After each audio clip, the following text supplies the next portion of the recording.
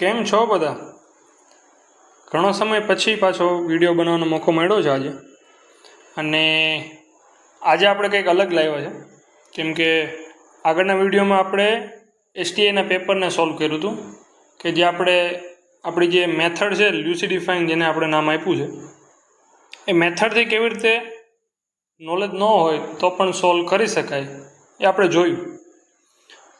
પણ આજે આપણે અકાઉન્ટ ઓફિસરનું જે પેપર થયું છે હમણાં, મતલબ 27 તારીખે થયું છે પેપર, અને એ પેપરની અંદર ટેકનિકલની એક્ઝામ હતી.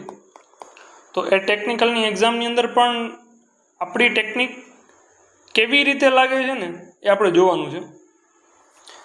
અને હું કોઈ હવામાં વાત નથી કરતો, કેમ કે મારા એક મિત્રએ આ પેપર આપ્યું છે અને એની તૈયારી 0 હતી. મતલબ એને પીવાય પણ નહોતા કર્યા, છતાં એને 125 માર્ક્સ થાય છે. કેવી રીતે? આપણે લ્યુસિડિફાઈંગની ટેકનિક યુઝ કરીને, બીજું કાંઈ નથી કર્યું એમણે. અને એમના રિક્વેસ્ટ કરવાના લીધે જ મેં આ વિડીયો બનાવ્યો છે, કે લોકોને ખ્યાલ આવે કે ખરેખર અમુક એવો ક્વેશ્ચન આવે છે જેની અંદર નોલેજની કોઈ જરૂર હોતી જ નથી.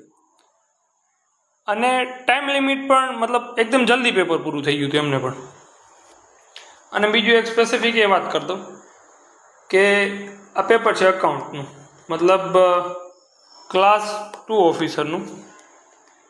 અને એવું હોય તમને કે ભાઈ હું તૈયારી કરીને આવ્યો છું, અથવા તો મતલબ મારું બેકગ્રાઉન્ડ છે એટલા માટે મને આવડે છે. તો હું અહીંયા મતલબ તમને જણાવી દઉં કે મારું બેકગ્રાઉન્ડ અકાઉન્ટથી નથી. હું મતલબ ટિપિકલ BA ભણેલો છું, અને અકાઉન્ટ્સની હારે મતલબ મારે વેર કહી શકાય, કેમ કે આંકડા સમજવા મારા માટે બહુ અઘરા છે.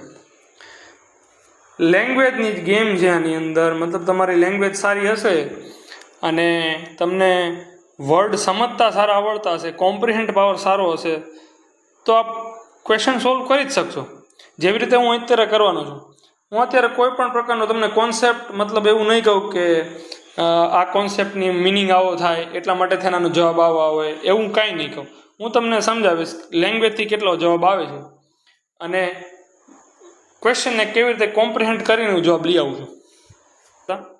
હા, બીજું એક જણાવી દઉં કે હું અહીંયા મારું ડિસ્ક્લેમર પાછું નહીં આપું કે હું કઈ ટ્રિક્સ કરાવવાનું છું અને લોજિક કેવી રીતે અપ્લાય કરવાનું છે, અને ટ્રિક્સ કોને કહેવાય, ચીપ ટ્રીક કોને કહેવાય, એ બધું આપણો જે જૂનો વિડીયો છે એની અંદર મેં કહેલું જ છે. તો જેમને પણ આ વિશે થોડું ડિટેલમાં જોવું હોય તો એસટીઆઈના પેપરને જે આપણે સોલ્વ કરેલું છે એ આપ જોઈ શકો છો. તો અહીંયા આપણે શરૂઆત કરીએ છીએ. પહેલો ક્વેશ્ચન છે, એક સિમ્પલ મિનિંગ તમને ખાલી એક આવડવો જોઈએ અકાઉન્ટની અંદર. ઓડિટનો મતલબ શું થાય? ઓડિટનો મતલબ બધાને ખબર જ હોય છે કે ઓડિટ મતલબ ચકાસણી કરવી, કાંઈક મતલબ ભ્રષ્ટાચાર થાય છે, અથવા તો કાંઈ અકાઉન્ટ્સમાં મતલબ કાંઈ ચેનચાળા છે કે જે હોય એમાં કંઈક ભૂલ હોય એને કાઢવાનું કામ ઓડિટ. એટલું જ મને ખબર છે. આના સિવાય મને કાંઈ મિનિંગ એકોય ખબર નથી અકાઉન્ટની અંદર શું આવે. છતાં પણ હું આ પેપર સોલ્વ કરીશ અને હાઈ સ્કોર લઈ આવીશ. જે મતલબ સારી એવી તૈયારી કરીને જશે એના પણ એટલા માંડ સ્કોર આવતા હશે, એ હું તૈયારી વિના લઈ આવી દઈશ અહીંયા તમને. તો પહેલો ક્વેશ્ચન છે, ઓડિટ આયોજનનો મુખ્ય હેતુ નીચેના પૈકી કયો છે? હેતુનો મતલબ હું અહીંયા સમજીશ, મતલબ બ્રોડ મિનિંગ હશે, કોઈ સ્પેસિફિક નહીં હોય અને લિમિટેડ વાત નહીં હોય.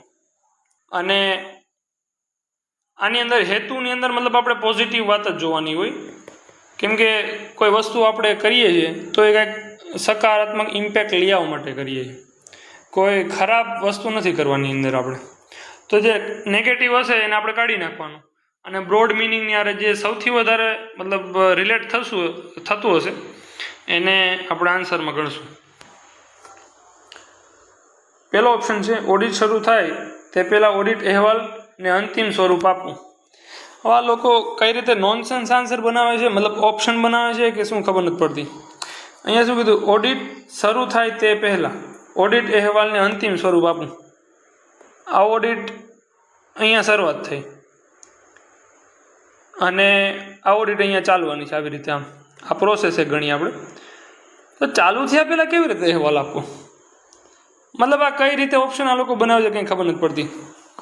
ઓપ્શન ખોટો. અહીંયા તમારે કોઈ નોલેજની જરૂર નથી આ એલિમિનેટ કરવા માટે. એટલી તો ખબર હોય કે ઓડિટ ચાલુ થાય પછી એનો અહેવાલ બને, એની પહેલાં કેવી રીતે અહેવાલ બનાવવો, એ ઓપ્શન નીકળી ગયો.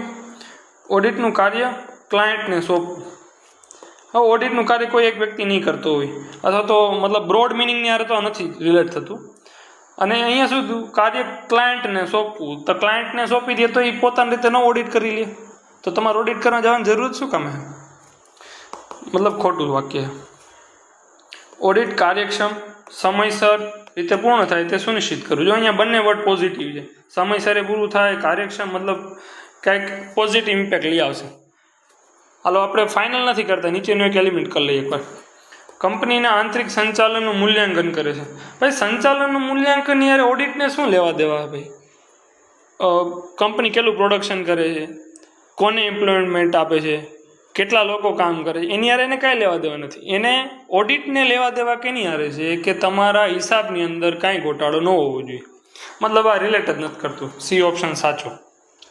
મતલબ કેટલા સિમ્પલ સ્ટેટમેન્ટ આપે છે, અને આમાં કોઈ તૈયારીની જરૂર નથી. અને હું મતલબ હિન્દી લિટરેચરવાળો સ્ટુડન્ટ છું, મને અકાઉન્ટની યારે કાંઈ ખબર નથી પડતી, છતાં પણ મેં આન્સર લઈ આવી દીધો અહીંયા. મતલબ ક્વેશ્ચન તમારે સમજવાનું છે, મગજ ખાલી ખુલ્લો રાખવાનો છે, અને લેંગ્વેજ સમજવાની છે. કંઈ નહીં આવડતું હોય, કોન્સેપ્ટ નહીં આવડતા હોય, છતાં જવાબ આવશે જો તમે ખાલી ક્વેશ્ચનને સમજી લેશો.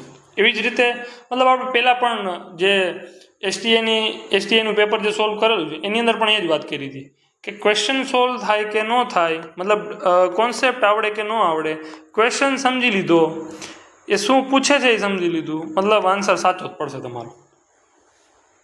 ત્યારબાદ બીજો ક્વેશ્ચન, અસરકારક આંતરિક અંકુશ પ્રણાલીના ઘટકોના સંદર્ભમાં નીચેના કથનોનો વિચાર કરો. મતલબ હું અહીં એટલું સમજો કે અસરકારક મતલબ કંઈક પોઝિટિવ વાત છે. આંતરિક અંકુશ પ્રણાલી મતલબ આ જે એની અંદર આ કંપની માની લઈએ અથવા તો કોઈ પણ માની લ્યો, એની અંદર જે અંકુશ મતલબ નિયંત્રણમાં રાખવાના એ બધાને, એવું કંઈક કરવાનું છે આપણે. અને એને રિલેટ નહીં કરતો એને આપણે કાઢી નાખશું. પૂછ્યું છે હું, ઉપરોક્તમાંથી કયા ઘટકો અસરકારક આંતરિક અંકુશ પ્રણાલીનો ભાગ છે, મતલબ ભાગ નહીં હોય એને કાઢવાના આપણે. ઓપ્શન જોઈ લઈએ એકવાર. હા, આપણે ઓપ્શનનું જે ટેકનિક શીખી હતી કે પહેલાં ઓપ્શન જોવાનું હોય. ઓપ્શન જોઈ લીધો તો મતલબ તમારા અમુક કામ તો એમને નીકળી જશે, સ્ટેટમેન્ટ વાંચવા પણ નહીં પડે અમુક. અહીંયા જો બીજું સાચું છે, મતલબ બીજું તો સાચું છે, આપણે જોવાનું જ નથી. બાકીના ઓપ્શનને જોઈ લઈએ આપણે. બાકીનામાં પણ એવું કંઈ નથી, તો આપણે સ્ટેટમેન્ટ જોઈએ. માત્ર મતલબ કાંઈક એક્સ્ટ્રીમ વાત છે, કાંઈક નેગેટિવ વાત છે, અથવા તો ઇલોજિકલ વાત છે, કંઈક અલગ વાત કરેલી. અસરકારક કરવું હશે તો આપણે કંઈક પોઝિટિવ જ ગોતવાનું. આપણે અત્યારે કાઢતા નથી પણ પહેલાં જોઈ લઈએ ઉપર. નિયમિત આંતરિક ઓડિટ. નિયમિત ભાઈ અસરકારક ત્યારે જ થશે જ્યારે નિયમિત હશે. નિયમિત નહીં હોય તો કેવી રીતે અસરકારક થાય? નહીં થાય. મતલબ સાચું છે. બીજું ત્રીજું સાચું, મતલબ આ નહીં આવે, આ નહીં આવે, મતલબ બે ઓપ્શન જ વૈધા આવ્યો તમારી પાસે. એની અંદર પહેલું તો સાચું જ છે, પહેલું જોવાનું નથી. ચોથું જોઈ લો, માત્ર સ્વતંત્ર વૈધાનિક ઓડિટ. માત્ર અને સ્વતંત્ર મતલબ એક્સ્ટ્રીમ વર્ડ છે, એનો મતલબ મારું માઇન્ડ એલર્ટ થઈ જવું જોઈએ કે અહીંયા કંઈક અલગ વાત કરી છે, ક્વેશ્ચનને રિલેટેડ કંઈક અલગ વાત છે.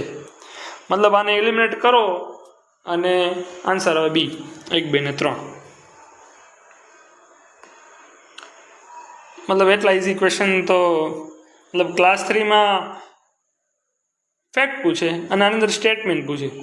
હવે ઇઝી પેપર આવે, આ બધા આવે જીપીએસસીના, અને તમે અન્ડરસ્ટેન્ડ કરો સારી રીતે તો માર્ક્સ આવવાના જ છે તમને. કોઈ પણ પેપર હોય, ટેકનિકલનું કોઈ પણ પેપર તમે મને સેન્ડ કરજો.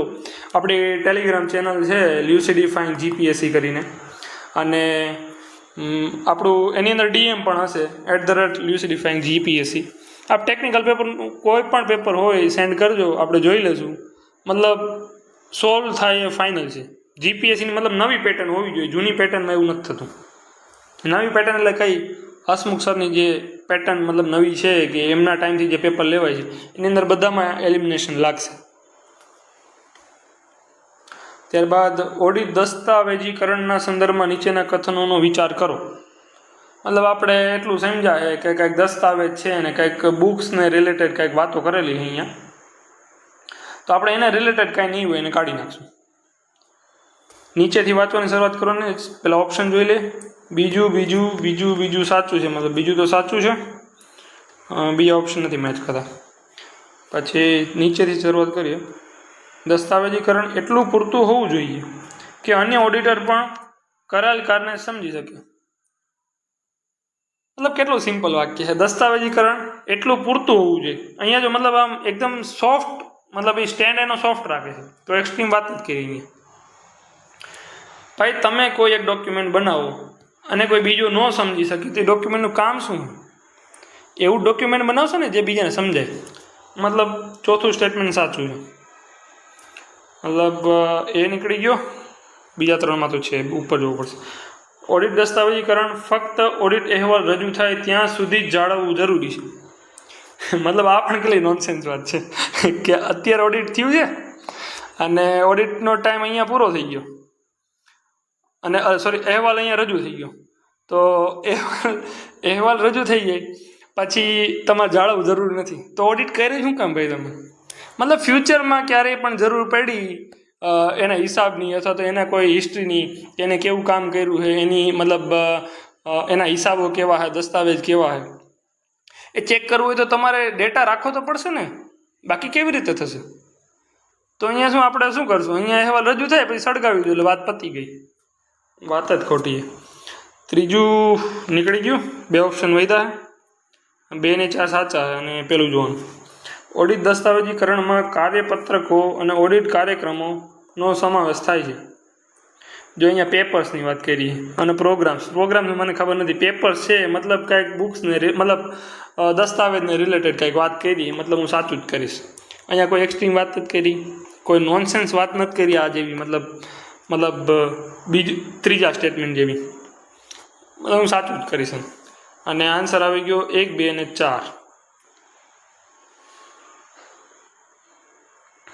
ત્યારબાદ ચોથું, હિસાબના ચોપડામાં, હિસાબનો ચોપડો છે ભાઈ આપણે, નોંધાયેલી સંપત્તિઓ અને જવાબદારીઓની ચોકસાઈ, માલિકી, અસ્તિત્વની ખાતરી કરવાની પ્રક્રિયાને શું કહેવામાં આવે? મતલબ જે ચોપડા છે એની અંદર જે એસેટ્સ અને લાયબિલિટી છે એની ચોકસાઈ, માલિકી, અસ્તિત્વની ખાતરી કરવાની પ્રક્રિયાને પ્રોસેસ આપણે ગોતવાની પ્રોસેસને શું કહેવાય છે? અહીંયા શું કીધું? વાઉચિંગ. મને નથી ખબર ભાઈ વાઉચિંગ શું. ચકાસણી, ચોકસાઈ, ખાતરી, મતલબ એને રિલેટેડ કંઈક વાત કરે છે એટલે હું મતલબ માનીશ કે કદાચ આ આન્સર આવશે. આપણે બીજા જોઈ લઈએ. ખર્ચ ઓડિટ, કામગીરી ઓડિટ. ભાઈ ખર્ચ ઓડિટ ક્યાં પૂછ્યું છે? એને પૂછ્યું કે તમારી પાસે સંપત્તિ છે અને તમારો જે લાયબિલિટી છે એનું ચોકસાઈ, માલિકીનું પ્રોસેસ શું છે? ભાઈ ખર્ચની લેવા દેવા જ નથી કંઈ. કામગીરી ઓડિટ, કામગીરીનું પૂછ્યું જ નથી ભાઈ. શું કામ કામગીરીને માનું? મને નહીં આવડતું હોય તો કામગીરી નહીં જ કરું. સી ને ડી નીકળી ગયો. ચકાસણી, વાઉચિંગ. ભાઈ જો મને અહીંયા કંઈ આવડતું નથી, હું કેમાં જઈશ કે મને જે વર્ડ ઉપરની યારે મેચ થતો એની યારે હું જઈશ. બીજું સાચું કરો અને આન્સર આવશે સાચો. હું ચકાસણી એ ચોખ્ખી વાત કરી છે, ખાતરી કરવાની છે, ચોકસાઈ કરવાની છે, તો હું શું કામ ચકાસણી નહીં કરું?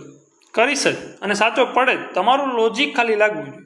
લોજિક અપ્લાય થયું મતલબ આન્સર સાચો પડે ને પડે. ચાલો ચોથું ને 5મો ક્વેશ્ચન. કંપની અધિનિયમ 2013 મુજબ ઓડિટ સમિતિની રચના તેમજ જાહેર કંપની માટે ફરજિયાત છે. આ ડેટાવાળો ક્વેશ્ચન છે, મતલબ આ નહીં થાય. આની અંદર મતલબ એક ટ્રીક છે પણ હું એક ચીપ ટ્રીક છે, હું નહીં શીખવાડું અહીંયા, કેમ કે પછી લોકો કોમેન્ટ કરે કે મતલબ આ જગ્યાએ તો નહીં લઈ ગયું, આમાં લાગે ને આમાં નથી લાગતું. એ નથી કરવું મારે. ચાલો એના પછી નેક્સ્ટ ક્વેશ્ચન. આ પણ નહીં થાય, આ ફેક્ટવાળો. મતલબ તમે પીવાયમાં તૈયારી કરીને ગયા હોય તો આવડી જાય, બાકી ન આવડે આવા ક્વેશ્ચન.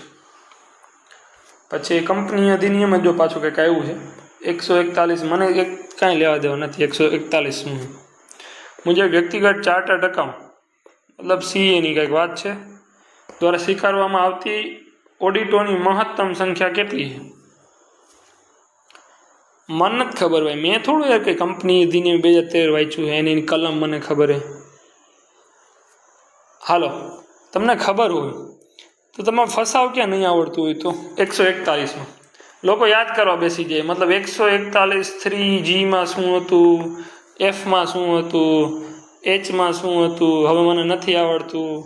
અહીંયા નહીં જોઈએ નીચે ઓપ્શનમાં કે ઓપ્શનમાં જ આન્સર છે.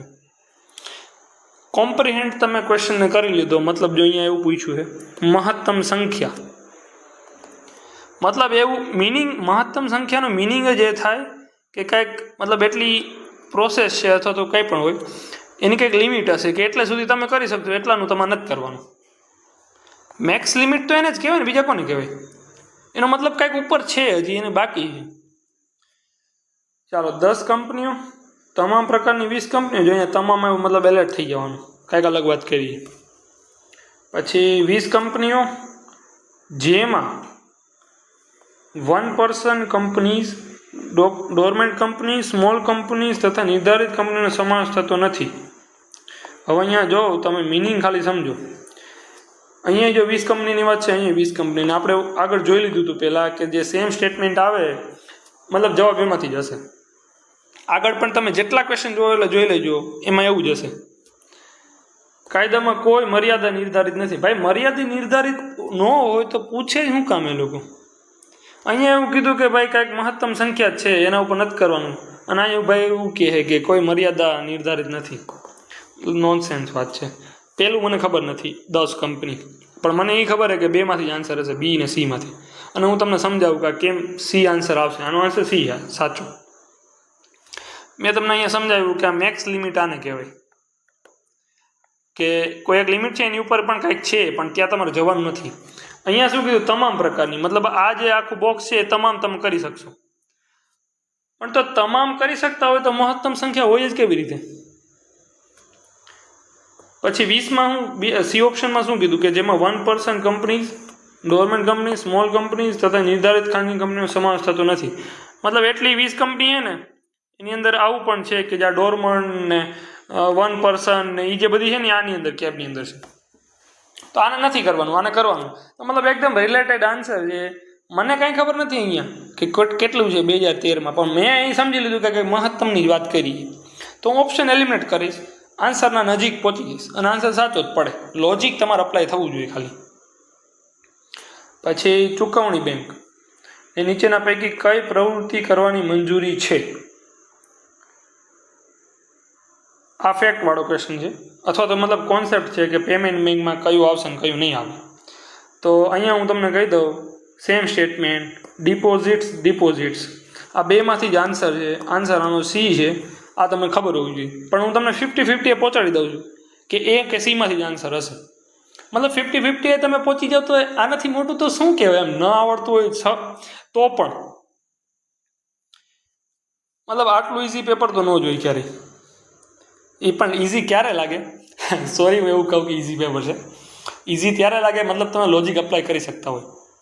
બાકી ન થતું હોય લોજિક તો મતલબ ન થાય ક્યારેય આવું. અને તમે જોઈ શકો છો કે ભાઈ મને કોઈ એકાઉન્ટિંગનું મેં એક પણ એવો કોન્સેપ્ટ નથી કીધો કે ભાઈ જો તમને આ યાદ આવી જવું જોઈતું, તમને સપનું આવી જવું જોઈતું હતું કે ભાઈ આનો મતલબ આ થાય, આનો મતલબ આ થાય. મેં તો આ ભણાવ્યું હતું, આમ છે તેમ છે. મને એને યાર કાંઈ લેવા દેવા નથી. મને આન્સરથી મતલબ છે. હું ગમે એ રીતે આન્સર લઈ આવી દઈશ તમને. પછી 9મો ક્વેશ્ચન જોઈએ. સારા ઓડિટ કાર્યક્રમ, ઓડિટ પ્રોગ્રામ્સનું લક્ષણ ન ગણાતું હોય તેના પૈકીનું કયું છે? સારું મતલબ પોઝિટિવ, ઓડિટ મતલબ ચકાસણી, કાર્યક્રમનું લક્ષણ ન ગણાતું હોય એવું. તો આપણે સારું કાઢી નાખવાનું, ખરાબ રાખવાનું. તે લવચીક હોવું જોઈએ. ભાઈ સારું ઓડિટ તો એને જ કહેવાય ને કે જે લવચીક હોય. બાકી કેવી રીતે તમે એને સારું કહી શકો? મતલબ તમે ઓડિટ કરવા ગયા હો અને તમને મતલબ એક કડક નિયમ આપી દીધો કે આ જ કરવાનું. ફ્લેક્સિબિલિટી હશે તો એની અંદર તમે ઇમ્પ્રુવમેન્ટ લઈ આવી શકશો. બાકી કેવી રીતે ઇમ્પ્રુવમેન્ટ આવશે? મતલબ આ સારી જ વાત કરે છે, પોઝિટિવ વાત છે. પછી બીમાં શું? એકવાર અંતિમ સ્વરૂપ લાવ્યા પછી તે કઠોર અને અપરિવર્તનશીલ હોવું જોઈએ. કઠોર, અપરિવર્તનશીલ મતલબ કંઈક હાર્ડ વાત કરી છે કંઈક ભાર આપે છે, અહીંયા નેગેટિવ વાત છે, પણ આપણે આન્સર નથી આપતા. હું એવું નથી કહેતો કે ભાઈ આ નોટ્સની અંદર લખેલું છે, મારી નોટ્સમાં કે આ ફલાણા ભાઈની નોટ્સમાં લખેલું હતું સારા ઓડિટ કાર્યક્રમનો મતલબ આ ન થાય, તમારો આન્સર આવી ગયો. હું એમ નથી કહેતો. મેં તમને ક્યાંય એવું નથી કીધું કે સારા ઓડિટ કાર્યક્રમની વ્યાખ્યા આ છે. હું તમને લોજિક અપ્લાય કરાવીશ, લેંગ્વેજ સમજાવીશ ખાલી. સી ઓપ્શનમાં શું તે સમગ્ર ઓડિટ આવરણ સુનિશ્ચિત કરવું જોઈએ. ભાઈ સમગ્ર ઓડિટ આવરણ મતલબ કે આ કોઈ કંપની છે અથવા તો ભાઈ મને એ ખાસ હું કહી દઉં કે હું કોન્સેપ્ટ ખોટા જ બોલીશ. અહીંયા મને કોઈ કોન્સેપ્ટ નથી આવડતા કે ઓડિટ હોય તો આ એ નામની કંપની છે, એની લિમિટ એટલી હોવી જોઈએ, આમ જોઈએ તેમ જોઈએ. મને એનાથી કાંઈ મતલબ નથી અને હું ખોટું જ સમજાવીશ. તો તમે એવી કોમેન્ટ પણ નહીં કરતા મતલબ કે ભાઈ તમને કોન્સેપ્ટ નથી આવડતા, તમે ખોટા કોન્સેપ્ટ બોલો છો. પણ નથી આવડતા તો શું કરવું? તો આ બોક્સ છે, મતલબ એક કંપની તમે ગણી લો, સમગ્ર ઓડિટ આવરણ. ભાઈ તો તમે કોઈ કંપનીમાં ગયા હો ઓડિટ કરવા માટે તો સમગ્ર જ આવરણ થવું જોઈએ ને, બાકી શું કામ ગયા હો? તમે અડધો પાર્ટ કરો અડધો ન કરો તો અડધામાં જ એની ભૂલ હોય તો મતલબ આ નહીં આવે. તે ઓડિટ સ્ટાફ વચ્ચે જવાબદારીઓની સ્પષ્ટતા કરવી જોઈએ. જવાબદારી મતલબ પોઝિટિવ વાત. ભાઈ જવાબદારી નહીં હોય તો કેવી રીતે તમે બધું કરશો? એનો મતલબ ડી ઓપ્શન પણ ખોટો, બી આન્સર આવી ગયો. મતલબ આવી રીતે તમે ક્વેશ્ચન સોલ્વ કરો, મતલબ સિલેક્શન તો ગેરંટી છે, એ તો પાકી વાત છે. પછી 10મો ક્વેશ્ચન, કેસ સ્ટડીની વાત કરી અહીંયા. અને કેસ સ્ટડી યાદ રાખજો, મતલબ કેસ સ્ટડી સિમ્પલ જ હશે બધી. ક્યારે એને લાંબા ક્વેશ્ચનથી ડરવાનું નહીં. જીપીએસસીની નવી પેટર્ન એટલી સિમ્પલ છે, જેટલો લાંબો ક્વેશ્ચન એટલો સિમ્પલ ક્વેશ્ચન આવશે. તમને નહીં આવડતું હોય તમે એને કોમ્પ્રિહેન્ડ કરી લો ક્વેશ્ચનને અને આન્સર આવી જશે મતલબ તમારો. ક્વેશ્ચન શું પૂછ્યો? વૈધાનિક ઓડિટ દરમિયાન ઓડિટરને કંપનીના કર્મચારી દ્વારા 1,20,000 કરોડની છેતરપિંડી થયાનું જાણવા મળે. વૈધાનિક ઓડિટ છે, ઓડિટરને કર્મચારી દ્વારા મતલબ કર્મચારીએ કંઈક ભ્રષ્ટાચાર કર્યો, કંઈક કર્યો, ફ્રોડ કરી દીધો. આપણે અહીંયાથી શું સમજ્યા કે ઓડિટરે જે પકડ્યું ને એનું શું થયું છે? તો ક્વેશ્ચન શું છે? આ સંજોગોમાં ઓડિટરને તરત કયું પગલું ભરવું જોઈએ? ઓડિટરને શું કરવાનું છે આપણે જણાવવાનું. સૌથી બેસ્ટ પગલું આપણે કહેવાનું હોય. આમાં બધાય પગલાં તમે લઈ શકો, પણ જે બેસ્ટ હશે એ આપણું આપશું. ક્વેશ્ચનમાં શું કીધું? વૈધાનિક મતલબ કંઈક ગવર્મેન્ટને રિલેટેડ વાત છે, સ્ટેટ્યુટરી બોડી હોય છે આપણી, તો મતલબ આપણે ગવર્મેન્ટના રિલેટેડ જે વાત હશે ને એને રાખશું, બાકીને કાઢી નાખવાની. એજીએમમાં સીધા શેરધારકોને જાણ કરવી. મતલબ કંપનીની અંદર કાંઈક ઓડિટમાં ખરાબી આવી તો મતલબ ઓડિટર શું કરશે કે એક યુટ્યુબ વિડીયો બનાવે છે મારા જેવો કે ભાઈ આ કંપની છે સી નામની, એની કંપનીમાં 1,20,000 કરોડ 1.20 કરોડ ની છેતરપિંડી થઈ, મતલબ હવે તમે શેર નહીં લેતા. મતલબ કેટલી નોનસેન્સ વાત છે, કાઢો. પછી કંપની રજિસ્ટ્રારનો અહેવાલ આપવો. કંપની રજિસ્ટ્રારને અહેવાલ આપવો. કંપની અને વૈધાનિકની હારે કાલ રિલેટેડ નથી. જો આ ભાઈ ગવર્મેન્ટમાંથી આવ્યો હોય તો કંપનીને શું કામ આપે અહેવાલ? એ થોડો જવાબદાર છે કંપનીને, એ તો સરકારને જવાબદાર છે. કંઈ વાંધો નહીં, ચાલો આગળ વધીએ.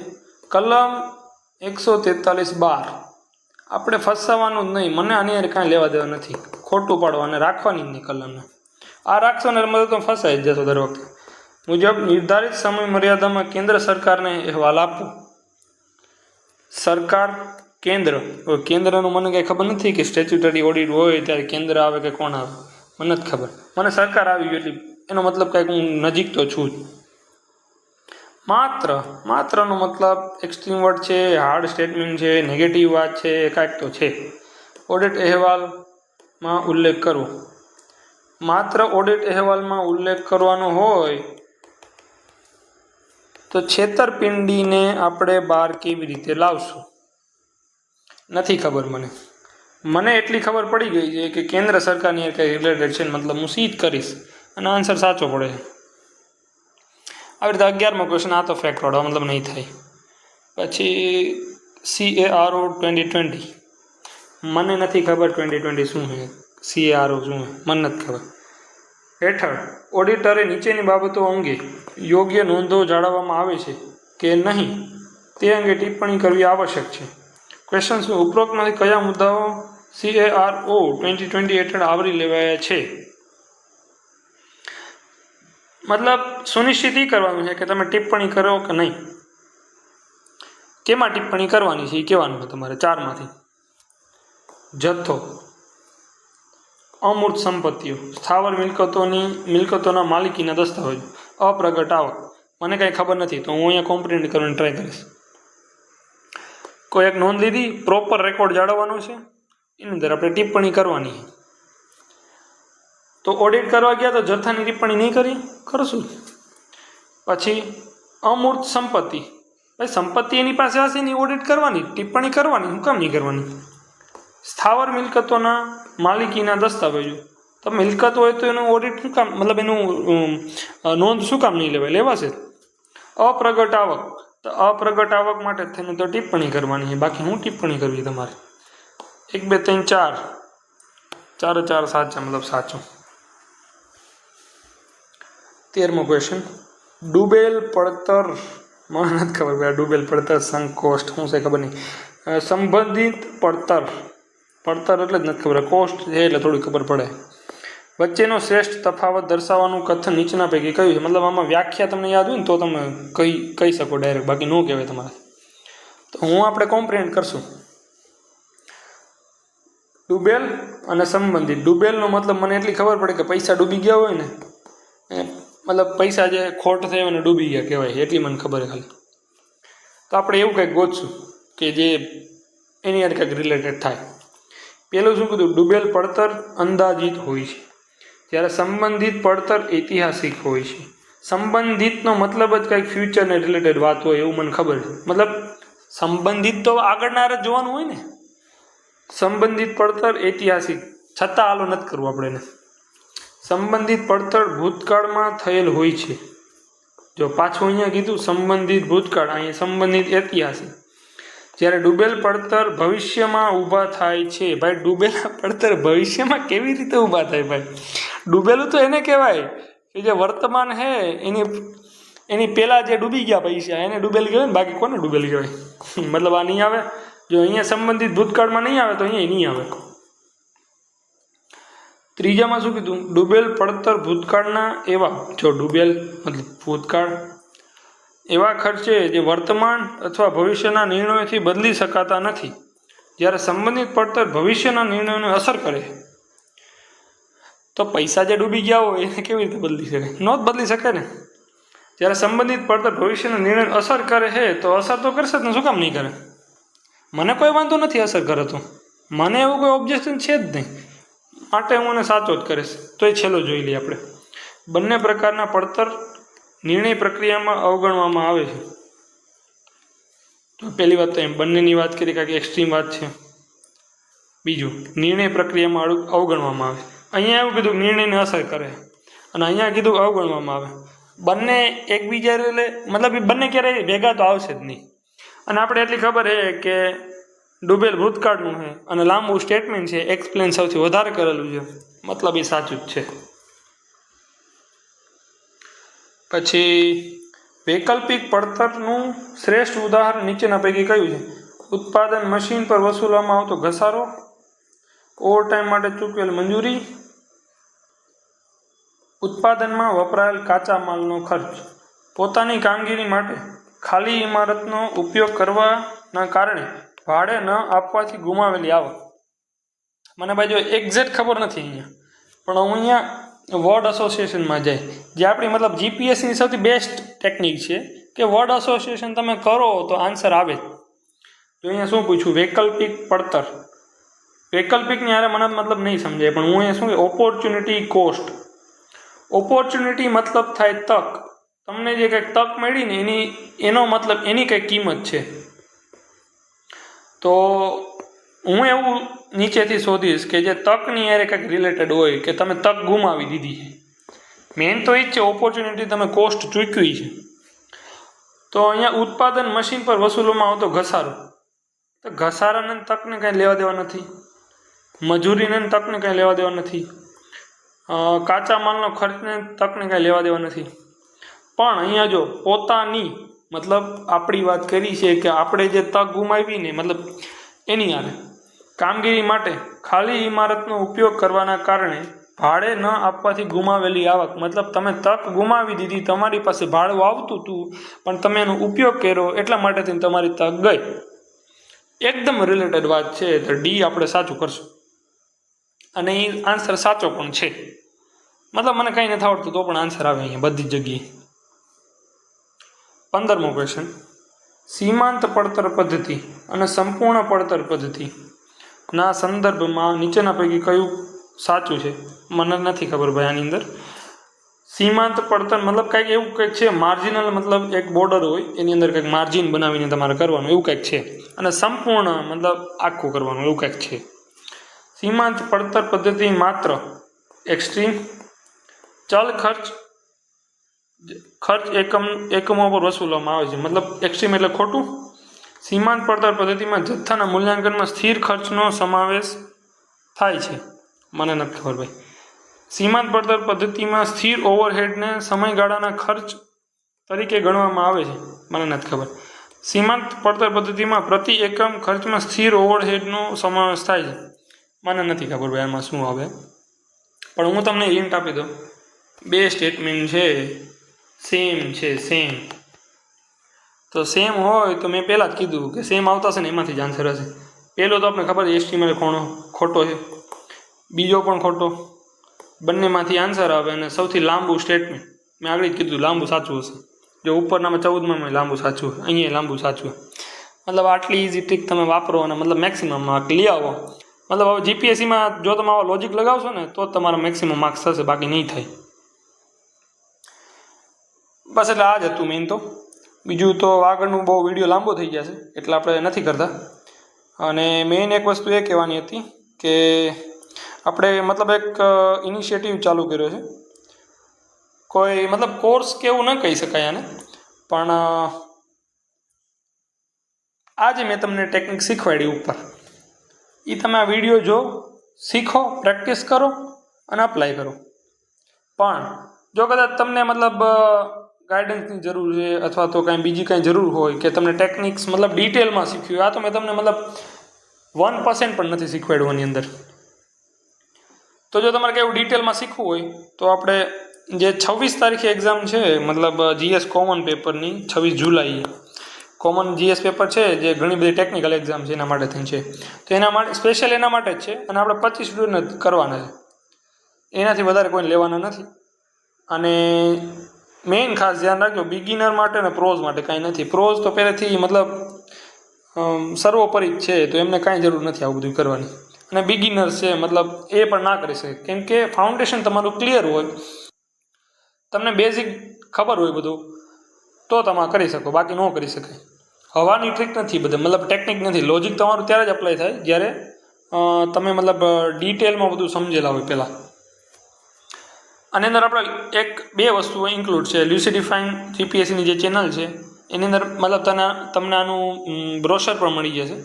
અને એની અંદર આપણે ટેકનિક શીખવાડવાનું છે. મેઇન તો તમારો સ્કોર કેવી રીતે વધારો, એક્યુરેસી અને રિસ્ક મેનેજમેન્ટ, બધું જે પણ મેક્સિમમ જે તમે કરી શકો. અને બીજો પાર્ટ છે જીપીએસસી માઇન્ડ્સનો, જે જીતેશભાઈ અકાવે છે, અને એમનો વિડીયો પણ યુટ્યુબની અંદર છે. એમનો એનાલિસિસ પાર્ટ મતલબ નેક્સ્ટ લેવલ છે. એમનું કટ ઓફ પ્રેડિક્શન કહી દો અથવા તો કોઈ પણ બીજા રિલેટેડ પીવાયક્યુના રિલેટેડ એમનું એનાલિસિસ મતલબ નેક્સ્ટ લેવલ છે. તો એ પણ આની અંદર સાથે છે. એ પીવાયક્યુ વાળો પાર્ટ કરાવશે કે તમારે કયા ટોપિક્સ કરવાના છે અને કયા નથી કરવાના. મતલબ હવે લગભગ 25 દિવસ બાકી છે.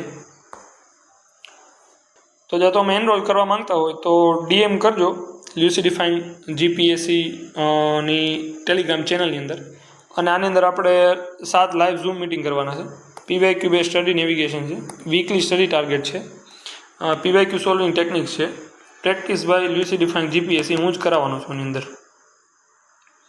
High priority topics, personalise mentorship, exam oriented revision strategy કરવાની છે.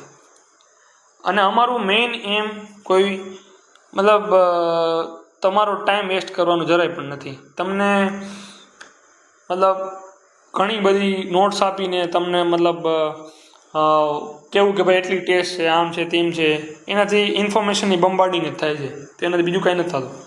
તો first V understand your issue. પહેલાં તમારો ઇસ્યુ જોશું અને લેવલ પ્રમાણે મતલબ તમારું લેવલ વધારવાનું કામ કરશું. અને તમારા જે વીક એરિયા છે પર્સનલી આની અંદર તમને બધું મળશે. Okay, thank you. તો આપણે અહીંયા વિડીયોને સમાપ્ત કરીએ છીએ અને આગળ પણ હું એક વિડીયો કરવાનો છું. જીપીએસસી ક્લાસ 1-2નું ફૂલ પેપર આપણે સોલ્યુશન કરશું આ ટેકનિક્સથી જ, અને કેટલું અપ્લાય થાય છે એ તમને પ્રૂવ કરીને બતાવીશ. તો થેન્ક યુ ફોર વોચિંગ.